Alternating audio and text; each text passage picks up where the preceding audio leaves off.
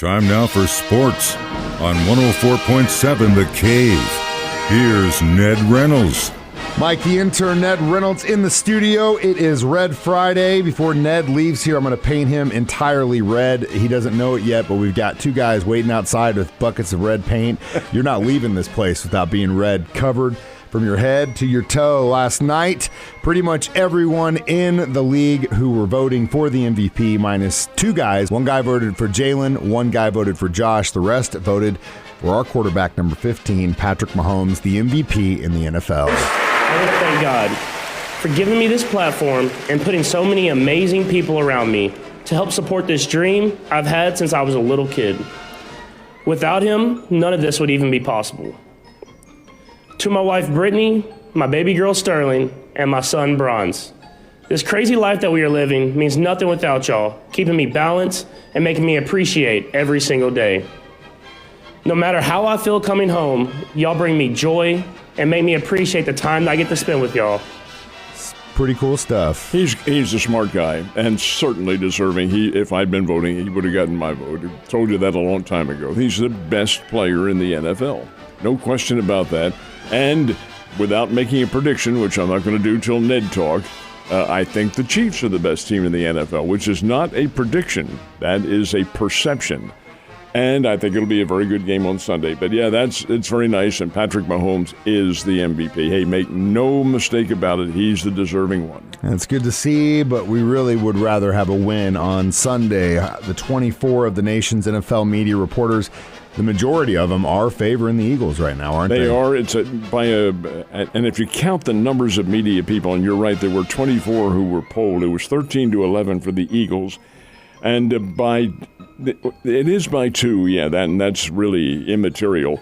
But the ones who are voting in this case and their perception of the game and assessment of what will happen, almost all of them have the game very close and relatively low scoring. Now, there are some who picked runaways. One picked the Chiefs to win, I think, 42-15 or something like that.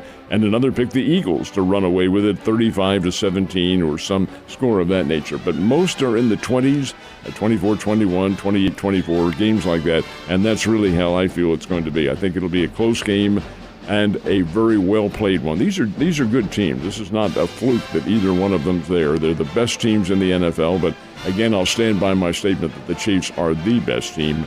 Again, we'll see what happens. Hopefully they can prove it on the field. What's the over-under right now? The over-under has gone up. It was 49.5. It is now 51.5. Now, 51.5 in college football is pretty much the average. Pro football, it's a little bit different. I'm going under with this one. I think the score will be below that. And the over-under, folks, is the total score of the game.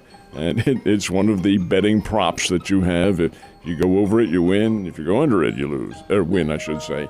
So it's 51.5 is a lot of points. But when you add them all together, is it really that much? Well, like a 25-20, well, that's not there. That's where I see the game going. Maybe 28-24, maybe 30-25, which would put it again right at the cusp.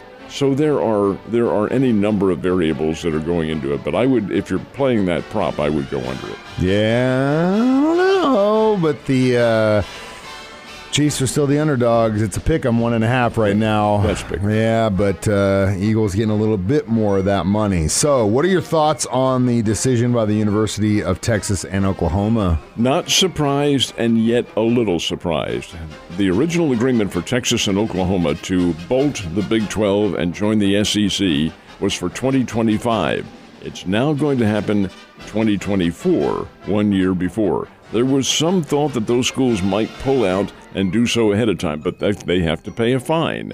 And I think the fine or a departure fee is what they call it. It's about $100 million. That's a lot of money. But you know what, Mike? It is made up by what they're going to get in the SEC as far as their remuneration is concerned. It is massive. The SEC is one of the wealthiest conferences in the country, if not the wealthiest. And these schools get a lot of money from TV, from just the general revenue agreement. It wouldn't be at all surprised to see them make that up in 1 year. But Texas, Oklahoma, forget the schedules for 2024. They're going to have to be revised because they will be playing in the Southeastern Conference. God, that's going to be crazy. Season. Now, next year, 2023, it remains intact. The new schools join the Big 12 Conference, the new ones, the Houston and Cincinnati and Central Florida and Brigham Young join, and Oklahoma and Texas will still be there in 2023. But the following year, those two depart. It's going to be interesting, too, and it'll be good for a guy like me who loves college football just for the sake of the competition week to week, because that'll change the outlook and the schedule and how everything is going to be played and what the teams are doing. On your big game now? You're a K-State guy. Mm-hmm. K-State versus Central Florida. I mean, we'll see. We'll see. We got to start new grudges, I guess, is what's going to happen, Ned. Kind of was shocked yesterday when I was sitting at home in the afternoon and got a report that Tarasenko is no longer a St. Louis Blue. Now, I think the thought process when I saw that, and he may not be the only one, the trade deadline in the National Hockey League is March the 3rd, so they still have another couple weeks to go. But to me, I thought when I saw that Tarasenko going to the New York Rangers, what is this? What is this? Are they throwing or hoisting the white flag? And I think they are. The Blues, as far as getting into the Stanley Cup playoffs, they're right in the nether regions right now. They may not make it and probably won't the way they've been playing. Well, I think this is giving up. And with the 31-year-old all-star on your team who is capable of, when being traded, getting a lot of wealth for the Blues, let's do so. And they did. They sent him to the Rangers. The Blaze kid who they got back, and that's what it's being returned because he is a former Blue, and a prospect thrown in there as well. Now, there may be some others. The Ryan O'Reilly is going to be a free agent at the end of, I think it's next season is when he's a free agent. So you can get something for him now. He may go, but this looks like a house clean to me. It's unfortunate because I love Tarasenko. I thought he was a great addition to the St. Louis Blues. But yeah, I think you're right. I think they can see the writing on the wall, and for some reason the team just doesn't have it this year, which is unfortunate. But you couldn't say the same thing about the Lady Panthers, man. They're having a hell of a season, aren't they? They are only 22-1. So they got a W yesterday, right? They did. They defeated the Maryville team 81-57. Not such good news for the men or the Panthers. The Drury male Panthers are really having troubles this year. They're 7-16 on the year. Lost last night to Maryville 74-57. Those games were here in town. Lady Panthers, folks, are number 2 in America. And you look at their record, 22-1. Who in the world beat them? Well, it just so happens that the number 1 team in the country beat them, Ashland, and that was a tournament game back in the holidays, during the holidays here in town, and Ashland won it by 1 point. If those two are to play again, and I think they will, but it will not be for the national championship because it just so happens that they are in the same region. So it would be a regional championship, and that's the way things break down. It does happens in prep sports. It happens in the pro sports. That's why I've always said seed the teams and then have them play regardless of where you are geographically. But in this case, Drury and Ashland are very good basketball teams, very, very good teams. And I wish the Panthers a lot of good, like Lady Panthers. They are well-skilled, well-drilled. Molly Miller did a great job with them. Now Amy Egan has taken over, and she's continued that legacy. They're good players. Yeah, and they're definitely not getting enough credit. So if you like basketball, go support them next time they're playing in town. All right, big day on Sunday.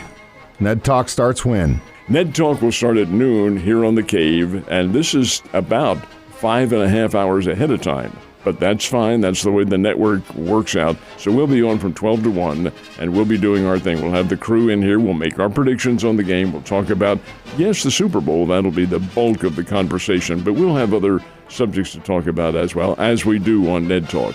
And then following the Super Bowl, we'll continue. Of course, we go back to our regular noontime schedule then, and we'll talk for 1 hour, and we'll cover everything, which we always do. So, yeah, Ned Talk after this weekend will return noon on Sunday, every Sunday. Don't miss out on that. And you can always download it as a podcast. But like you said, noon to 1, Ned Talk will be in Westwood 1 coverage from about 1 to 3 with their Super Bowl preview and everything there. Then we flip over with the Chiefs Radio Network, get their pregame. Then we flip back to Westwood 1 for the bulk of the game. And then following the conclusion, we'll be back with the Chiefs Radio Network. I tell the folks, just for the heck of it, how that happens. What kind of switches do you have? We have a very talented engineer here named Corbin Campbell who makes it happen. I just get the instructions from the companies and tell them, hey, this is what we need, and he makes it happen. There's a lot more into it. We got to. I write. There's there's a lot into setting up a satellite broadcast, but I'm part of the fun. So but that's there a good is thing. a physical switching that has to take place. No, not necessarily, because we know as far as going into the game when all those switches will happen. The problem is you don't know when the end of the game is going to happen. You can say it'll probably be around 9:30, maybe. Usually it's about 4 hours. They bleed that Super Bowl as long as they can. 9:30, 10 maybe, depending if it goes OT, who knows. But again, you don't know. So that is the one that has to be flipped in real time. The folks might be interested in knowing. Suppose, now Ned Talk is done live. We are here in the studio when that happens, noon to 1. So suppose I get carried away and start going into a soliloquy of some sort. And what happens if we run over the time? What would happen on the air? Joe's going to tell you to shut up, old man, and then he's going to hit the button. Or I'm going to be calling him and saying, tell the old man to shut up. We got to go. Him off. Get that satellite. Let's go. Speaking of which, go Chiefs.